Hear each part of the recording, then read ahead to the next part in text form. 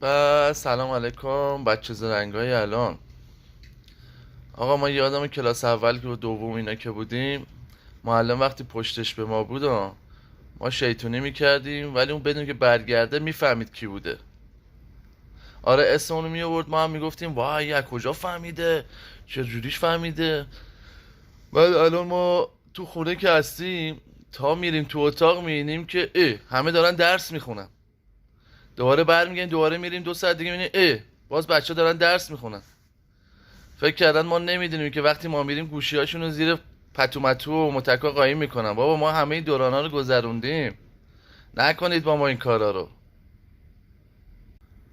آره ما میفهمیم که شما چه کار میکنید. آقا پسر، آقا کسرا، آقا کوروش.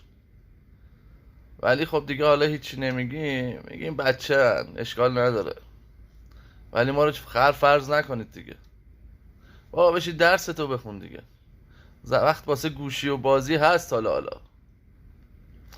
خدا نگهدار.